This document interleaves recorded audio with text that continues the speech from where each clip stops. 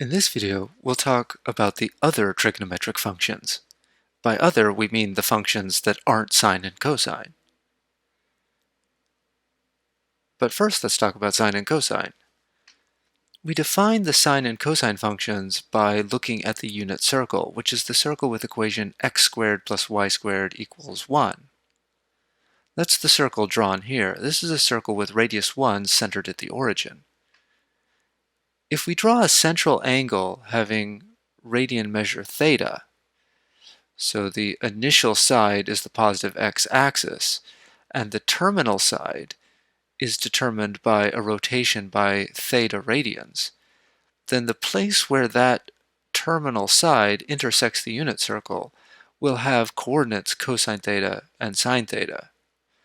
That is, the x-coordinate is cosine theta and the y-coordinate is sine of theta. The other trigonometric functions are defined in terms of sine and cosine. They are as follows. First, we have the tangent function. Tangent function, abbreviated tan, is equal to sine divided by cosine. The secant function, abbreviated sec, is equal to 1 over cosine. The cosecant function, abbreviated csc, is 1 over sine, and the cotangent function, which is cot, is equal to cosine divided by sine. This is also the same thing as 1 over tangent.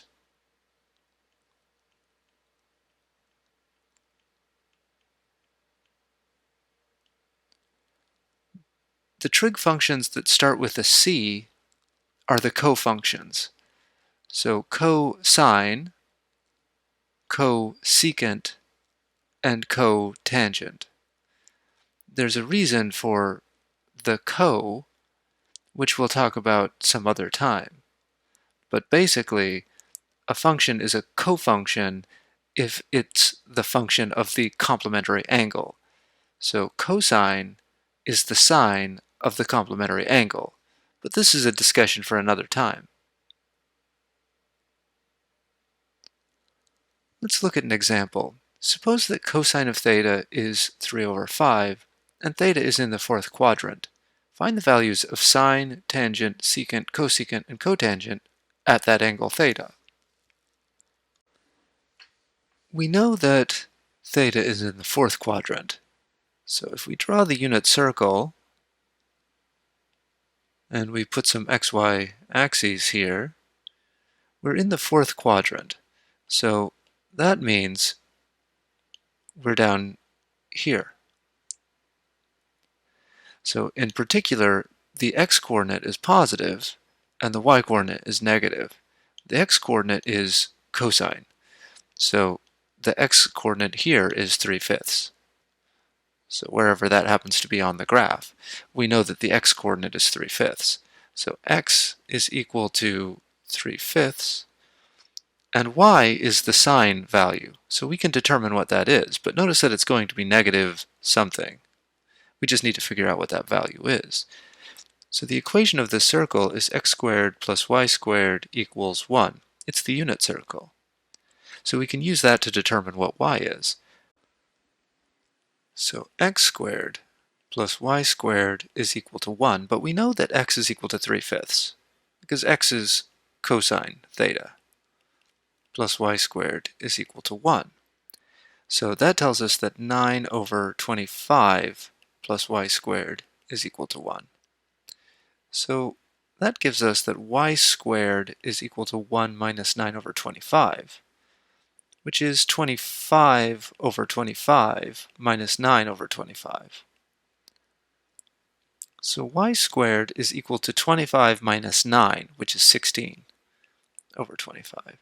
And so y is equal to plus or minus the square root of that, 16 over 25. Well, we know that it's negative, so it's going to be the negative square root. So we're going to pick the negative square root. So y is equal to negative square root of 16 is 4, and square root of 25 is 5. So y is equal to negative 4 over 5.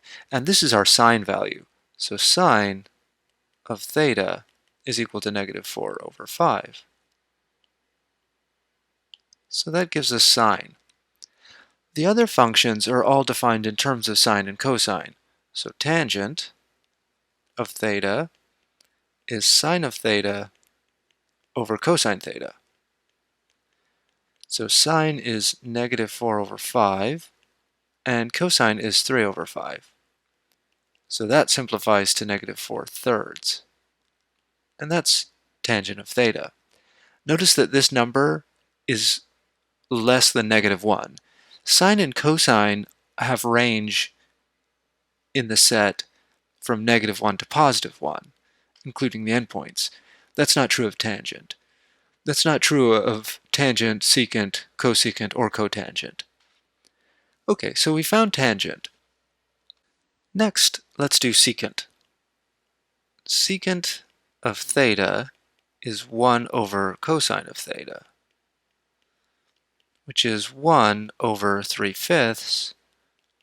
Dividing by a fraction is the same as multiplying by the reciprocal, so this is 1 times 5/3, which is just 5/3. So that's secant.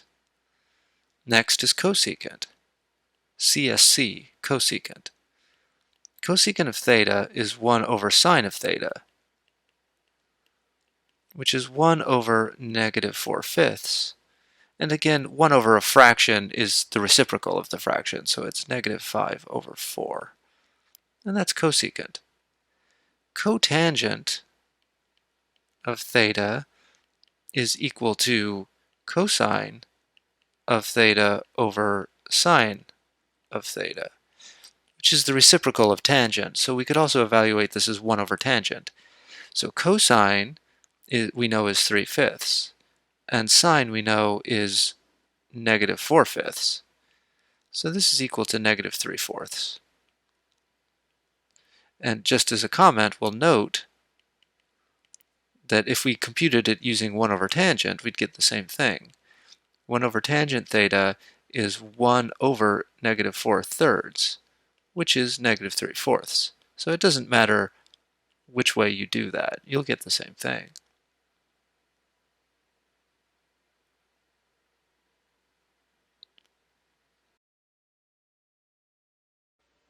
This brings us to the Pythagorean identities. Well, we've already seen one of them. For any angle theta, the following identities are true. The first one is the one we've already seen. Cosine theta squared plus sine theta squared is equal to 1. So this one we know to be true. But there are two others in terms of tangent and secant, and another one in terms of cotangent and cosecant. So the one labeled number 2 here is 1 plus tangent theta squared equals secant theta squared. Number 3 is cotangent theta squared plus 1 is equal to cosecant theta squared. We've already seen that 1 is true. 1 is true because x is equal to cosine theta, y is equal to sine of theta, and x and y are coordinates on the circle x squared plus y squared equals 1, the unit circle. Because of that, we know that x squared plus y squared is equal to 1, but since x is cosine of theta and y is sine of theta, we have that cosine theta squared plus sine theta squared is equal to 1. So that's why 1 is true. But what about 2 and 3? Well, 2 and 3 both follow from 1. They both follow from the cosine-sine Pythagorean identity. So let's prove number 2. So let's just write down cosine theta squared plus sine theta squared is equal to 1. Now we're going to divide everything by cosine theta squared. So we're going to divide every term by cosine theta squared.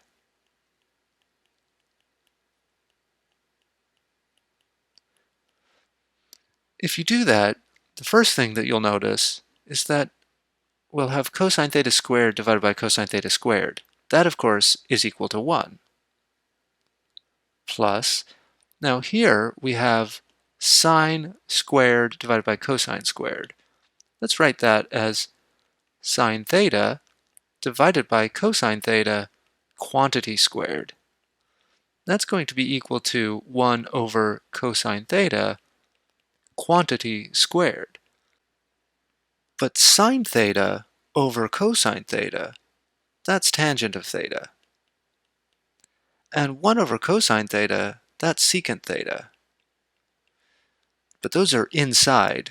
This tangent theta is sine theta over cosine theta, so that's inside of the parentheses. And secant theta, that's 1 over cosine theta, so again, that's inside the parentheses.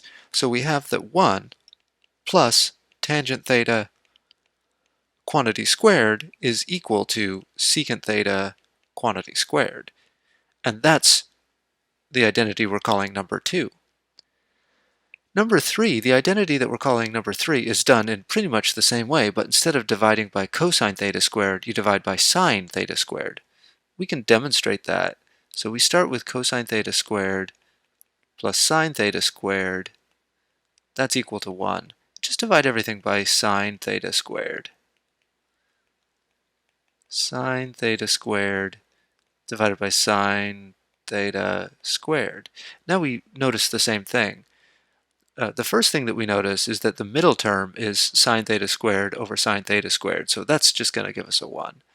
But here we have cosine quantity squared divided by sine quantity squared, so let's rewrite that as cosine theta divided by sine theta, and that quantity is squared, plus 1 is equal to 1 over sine theta quantity squared. And cosine over sine, that's cotangent. And 1 over sine, that's cosecant. And that's how we get our third identity.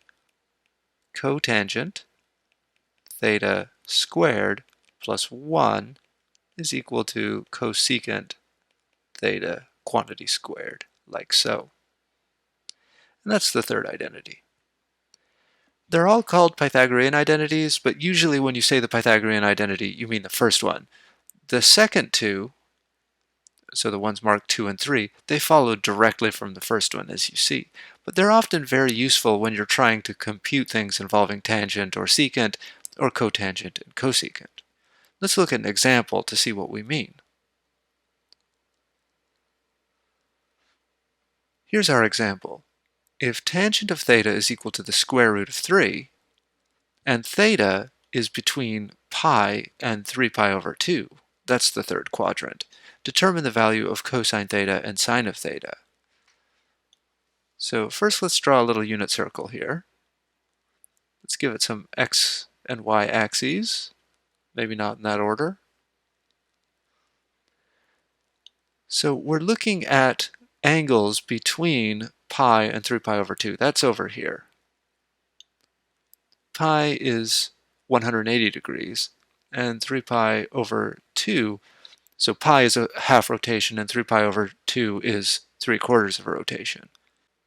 So that means theta is somewhere in the third quadrant. Importantly, what that means is that both x and y are negative here. So you can't see that with tangent. Tangent is sine over cosine. So we have that x is equal to cosine of theta and y is equal to sine of theta. Since tangent of theta is sine over cosine, that means it's y over x. Y over x. So if both y and x are negative, then if you look at their quotient, y divided by x, then if both y and x are negative, you'll get a positive number. And that's what's happened here. Now, in order to determine sine and cosine, we need to find two numbers that if we look at their ratio, we get the square root of 3. Now, that's not necessarily an easy thing to do. So instead, what we're going to make use of is we're going to make use of one of the Pythagorean identities. And in particular, if we scroll back, we're going to use the one involving tangent. Well, tangent and secant. So 1 plus tangent squared is secant squared. Let's write that down. 1 plus tangent theta squared is equal to secant theta squared. Now we don't know what secant is right now, but we do know what tangent is. And that's good, because now we know that 1 plus the square root of 3 squared is equal to secant theta squared. Well, the square root of 3, quantity squared, is 3. So this is 1 plus 3 is equal to secant theta squared. So that means that 1 plus 3 is 4 is equal to secant theta squared. But remember what secant is. Secant is 1 over cosine. So 4 is equal to 1 over cosine theta, quantity squared. So what does that mean? That means if we compute the square root, we're going to have plus or minus 2 is equal to 1 over cosine theta. So what does that tell us? That tells us that cosine of theta is equal to plus or minus 1/2. But what do we know about cosine? Well, cosine of theta is x, and that's negative in the third quadrant. So that means we want the negative square root. So that tells us that cosine of theta is equal to a negative 1/2. So we were able to determine what the value of cosine theta was just based on tangent. Well, and also the fact that we were in the third quadrant. Now we're not done yet because we found cosine, but we also need sine. So how are we going to figure out what sine is? Well, you could use the other Pythagorean identity. That is, you could use cosine squared plus sine squared equals 1, but we don't have to work quite that hard because we know that tangent of theta is equal to sine of theta over cosine theta. And there's the thing that we want to know, sine of theta. We want to know sine of theta, but we already know tangent of theta and cosine of theta, so we can just plug everything in. Tangent of theta is the square root of 3. That equals sine of theta divided by cosine of theta, but cosine of theta is negative 1/2. So what does that tell us? That tells us that sine of theta is equal to the square root of 3 times a negative 1/2. So sine of theta is equal to negative square root of 3 over 2. Notice that it's negative. And that's our answer.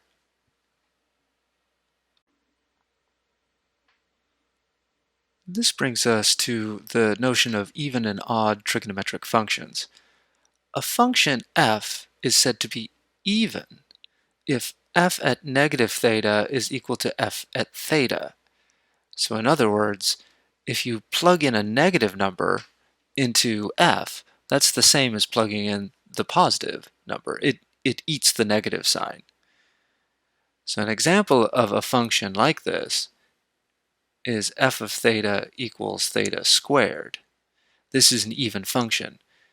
Power functions that have an even power are even functions. F at negative theta is equal to negative theta quantity squared, which is the same as f of theta, because it's theta squared. So this is equal to f at theta.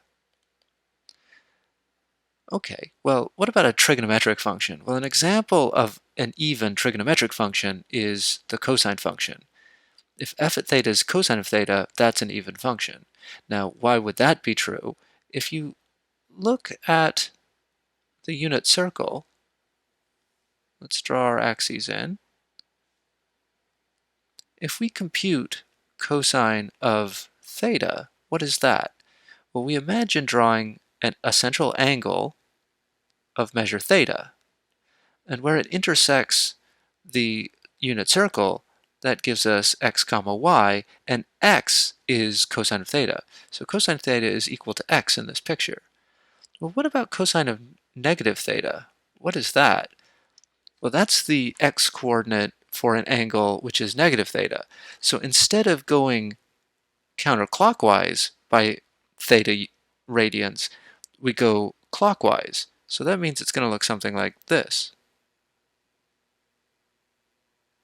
It's the same measure, just in a different direction. So this is negative theta.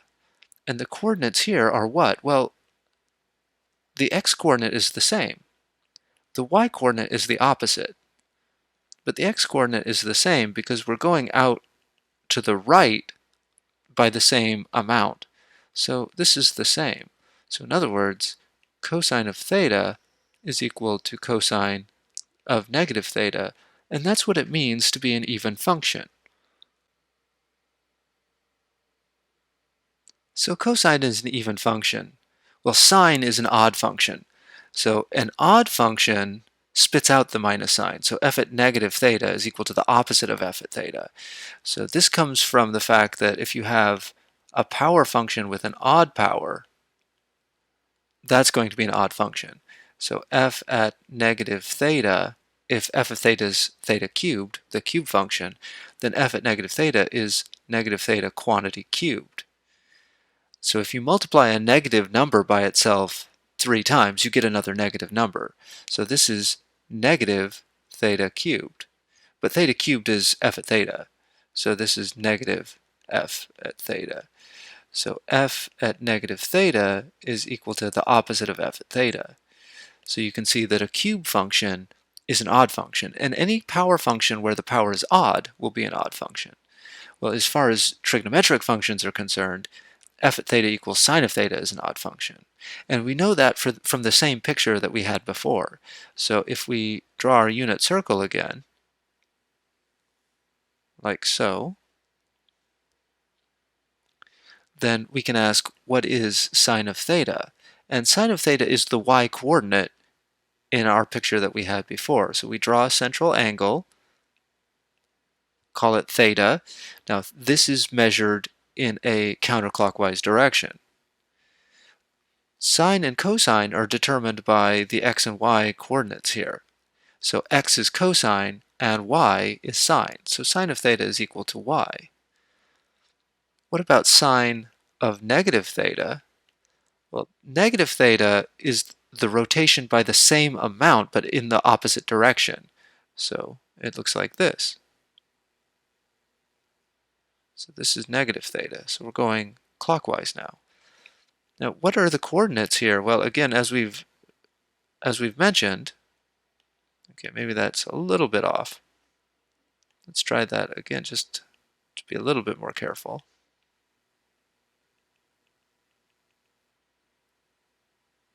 Like that. There we go. Now the coordinates here are x comma negative y. The x-coordinate is the same because we're moving to the right by the same amount. But now instead of moving up, we're moving down. But we're moving down by the same amount that we moved up. That's why it's a negative y. So that tells us that sine of negative theta is negative y. So you can see that sine of negative theta is the opposite of sine of theta. So sine of negative theta is the opposite of sine of theta. So what does that tell us? That tells us that sine is an odd function. For our next example, we're asked to determine whether secant and cosecant are even or odd functions, or maybe they're neither. The way that we determine this is by evaluating them at negative theta. If we evaluate them at negative theta and we get the same thing as evaluating them at theta, that means they're even. If we evaluate them at negative theta and get the opposite of what we got at evaluating them at theta, then we have an odd function. So let's just try it. So we'll start with secant. Secant of negative theta. Is this equal to secant theta, or is it equal to the opposite of secant theta? That's what we're trying to determine. Well, what is secant theta, or secant of negative theta in this case? It's 1 over cosine of the same angle. So it's 1 over, so secant of negative theta is 1 over cosine of negative theta. But cosine is an even function. So that's 1 over cosine of theta. But 1 over cosine theta is secant of theta. So secant of negative theta is equal to secant of theta. So that means secant is an even function.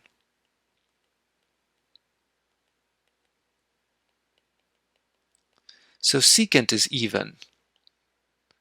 Okay, well, what about cosecant? Cosecant of negative theta is 1 over sine of negative theta. But sine is an odd function, so this is 1 over the opposite of sine of theta, which is the opposite of 1 over sine of theta, which is the opposite of cosecant of theta. So that tells us that cosecant of negative theta is equal to the opposite of cosecant of theta. So that means that cosecant is an odd function.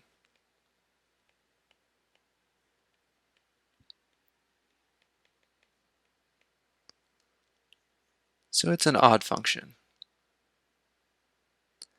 So the next example, we're going to do the same thing, but we're going to do it for tangent and cotangent. So we want to determine if these are even or odd functions, or maybe they're neither. Let's just find out. Tangent of negative theta is equal to, well, what is tangent? It's sine over cosine. Now the angle's the same, so if you're doing tangent of negative theta, that's sine of negative theta divided by cosine of negative theta. Let me just fix my handwriting here a little bit. There we go. Now sine is an odd function, so sine of negative theta is the opposite of sine of theta. On the other hand, cosine is an even function, so cosine of negative theta is cosine of theta, which is the opposite of sine of theta over cosine of theta. But sine of theta over cosine theta is tangent theta, so it's the opposite of tangent theta. So tangent of negative theta is equal to the opposite of tangent of theta, so it's an odd function.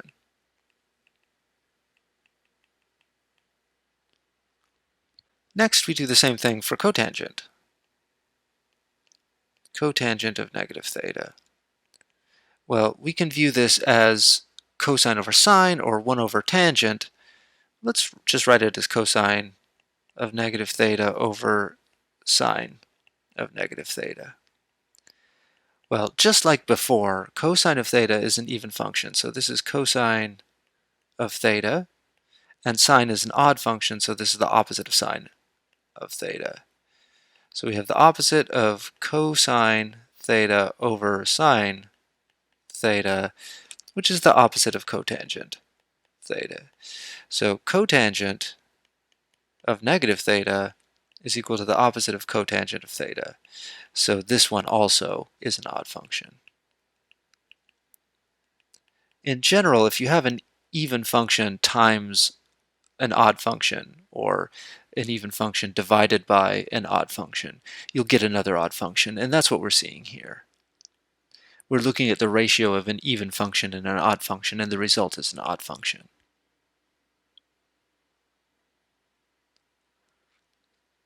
Example, if cotangent of an angle t is 13.5, what is cotangent of negative t? Well, the first thing I want to comment on is notice that cotangent is allowed to be bigger than 1. Sine and cosine are always between -1 and 1, but that's not true of the other trig functions.